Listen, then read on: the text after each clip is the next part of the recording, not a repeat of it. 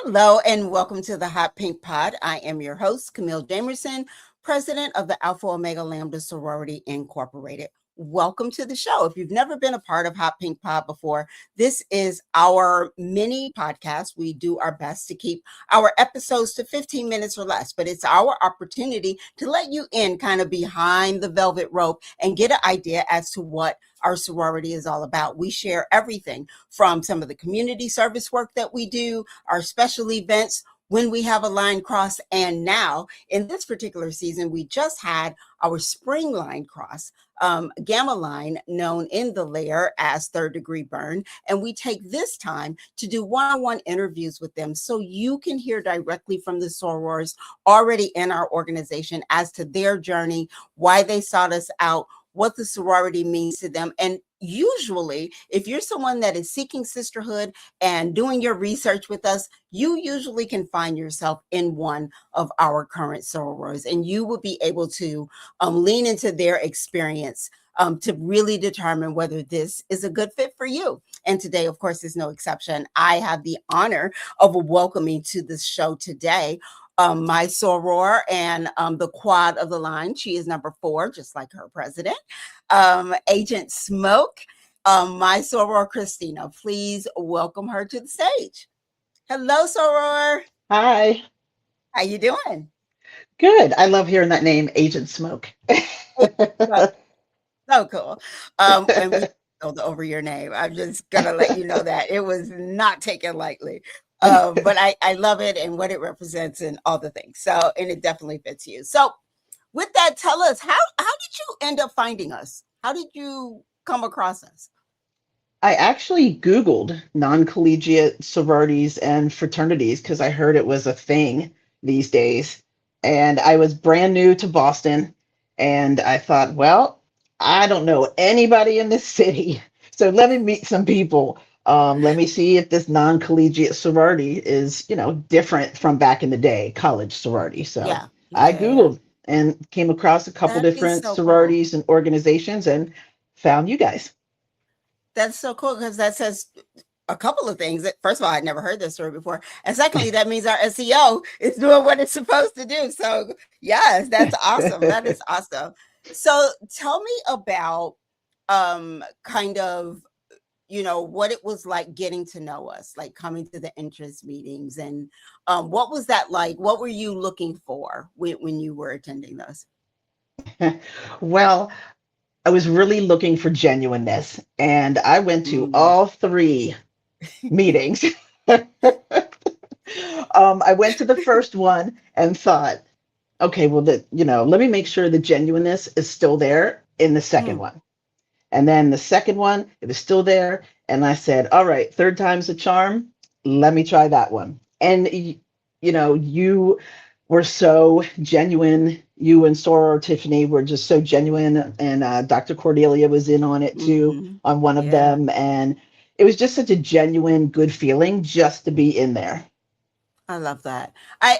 I'm glad that you mentioned that because for 2 reasons. First, I was talking to your line sister, Soror Siobhan, and she mentioned that actually as a strategy to come to all of the interest meetings, don't just come to one because you get something different every time that you come. People might ask questions that you didn't think of, or you get a different vibe, or in like what you said, you get to see consistency. Are we the same all the time? And the second thing you mentioned about being genuine, um, that's interesting because I never really thought about that. I'm just like, I'm gonna just be me. Here I am. See me, love me, and we'll see. We'll see how it goes. Because you can try to plan those out, but in the end, it's just a grown woman vibe, and we're just telling you what we have to offer, and if seeing if it's something that sticks with you. So you get your letter, you're all in, and you're about to start the process.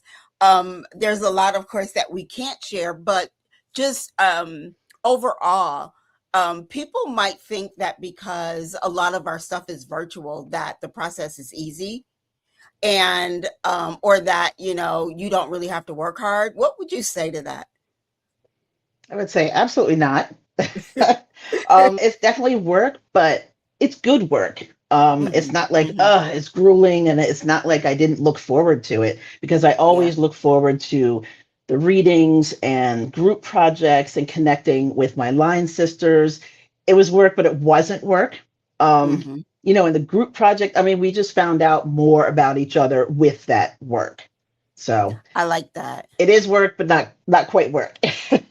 Yeah, talk about that though, as far as how you guys got to know each other, because that's the other misnomer that, it's hard to get to know people in a virtual space. And one of the things I think Tiffany and I shared with you guys is that Tiffany and I built a whole sorority and we have never met in person yet.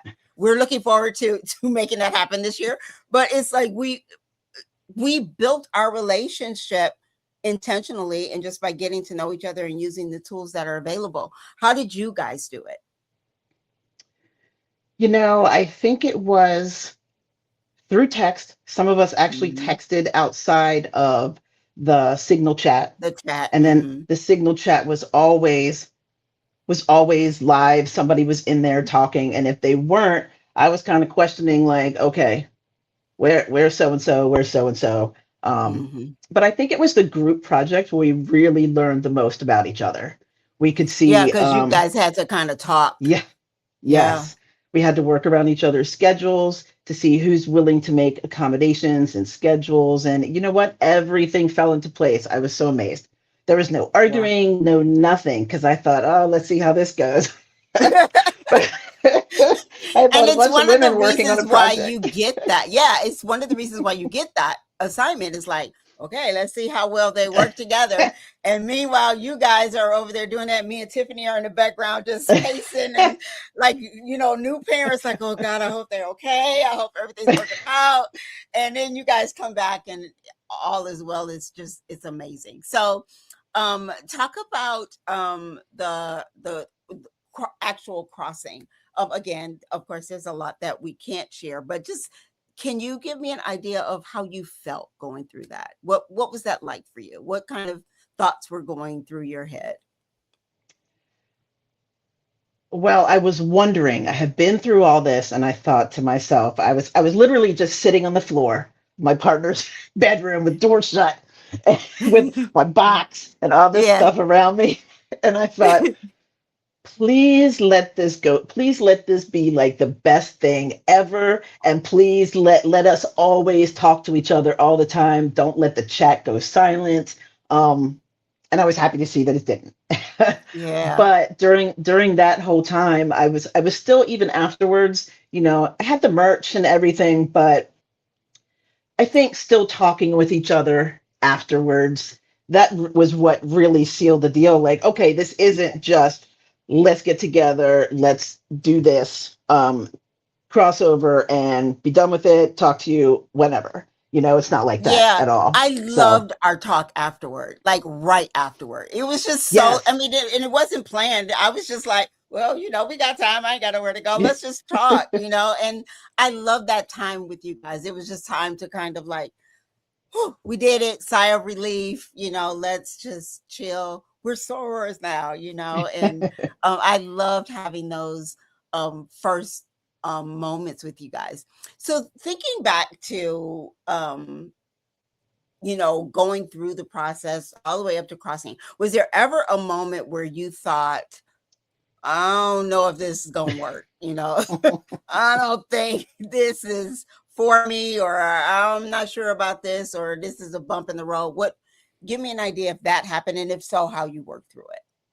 um I have always had an issue, since childhood and going to an all girls Catholic school. There was just an issue. Like, going into a room full of women was like, I always had anxiety doing that. Mhm, But it was not like that. Even just going to the info nights, I had, mhm. there was nothing after that that said, this is not for me. I just Wow. didn't know how some stuff was going to work. Like, but I but I love was that. really, really amazed how you and Soror Tiffany knew us. It was amazing. Um, See, now you guys can make me cry. It's okay. So, right before the second class that we had, something but happened in my personal life. And in that second class, right afterwards, I didn't even notice, but Soror Tiffany, she messaged me and said, Yep. are you okay? I noticed that you weren't your usual self. And I was Yep. like, really? You noticed that? So that was Yeah. pretty much what sealed the deal. I was like, She wow, was bugged about that. She was literally during the session, like, something's off, something's off. yeah, And I'm so glad she reached out. And she reached out to me later that day and was like, I reached out to her. I got it, But that's when I definitely knew. oh my gosh, that is so awesome. I can't wait till she sees this because then she gonna be crying. But I think those are the moments that really let you know what you have. That's number one. But those are the kinds of things that we as women need. We need that person that sees past all of that, and say, something's up. You okay? What's going on? And that's what a sister is. So I'm so grateful that you were able to see that early in the process, and have that kind of solidify things for you.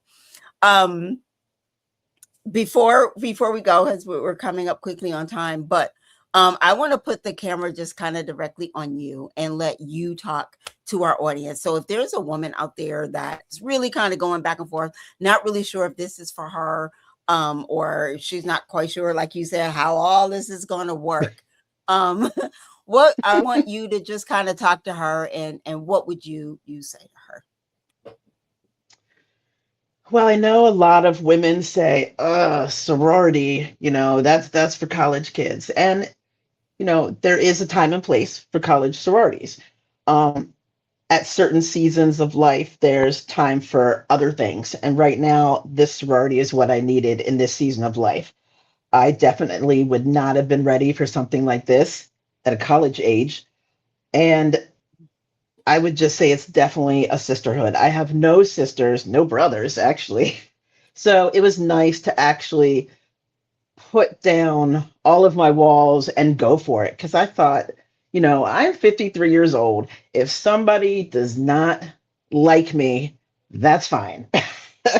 So I would say, investigate and make sure that genuineness is there. And if the people in that group are people that you're willing to let your guard down in front of, maybe not right away, but eventually, are these people that are going to listen to you? Do you feel like you have to be guarded all the time, or do you feel like comfortable around them so that you can talk about things that you may need help with in your personal life? I would say, definitely check us out. Oh, that was perfect. That was absolutely perfect. I am really, really grateful that you thought you took the time to check us out. Our sorority would not be the same without you and your energy and all you bring to the sorority. And I know you're going to do amazing things for the whole and in Boston. So I am really excited to get to know you even better, to get up to Boston so we can hang out, and just all the things, all the sisterly things. I love that you Definitely. mentioned too about um women not getting along, or people having that fear, because we get that. We get that. We acknowledge that. We know that that's not easy. But if you want this bad enough, I hope we stand as a testament to show that we are not without flaws, we are not without hiccups, but we care enough about each other to push past that and to really, really care for each other like sisters. So, thank Yes. you, Soror. I really, really appreciate you You're spending this welcome, Madam moment President. with me. Stay in the studio. I'll be right back with you. I'm just going to close the show. Well, hey, didn't you guys just love her? I know she's amazing. She's amazing. She's amazing. I'm so proud of the entire Gamma line and everything that they bring to the table. As she mentioned, she talked about the interest meetings that we have. We have a meeting called the early access meeting that's coming up. If you are watching this, this is being taped end of May. If you're watching this on or before June 14th, you have time. If you're not on our mailing list, go to our website. It's scrolling on the bottom. Go to our website. Let us know you're interested, and we'll send you information to be in the early interest in the early access interest meeting. The reason that that's so important is because we take the summer off. We really do. We take the time to really rest, relax.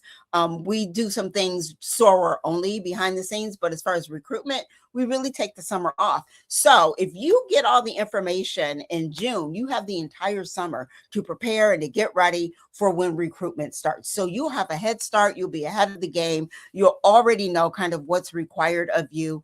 And it will really put you at an advantage to get in on this early meeting. Again, it's June 14th. So depending on when you're watching this, you may have time to be a part of that. If not, and that time has passed, then watch our social media for our interest meetings that will start in August. We look forward to chatting with you guys then. So on behalf of the entire sorority, thank you so much for tuning in to the Hot Pink Pod. I have just enjoyed doing these interviews, and I look forward to the next one. Usually I will connect all of these videos together. So right after this video ends, it'll probably connect you to one of the other sorors within the Gamma line or within the previous line, so you can hear directly from the folks who are already a part of our organization. We look forward to meeting you as well. Take care and have a good night. Bye.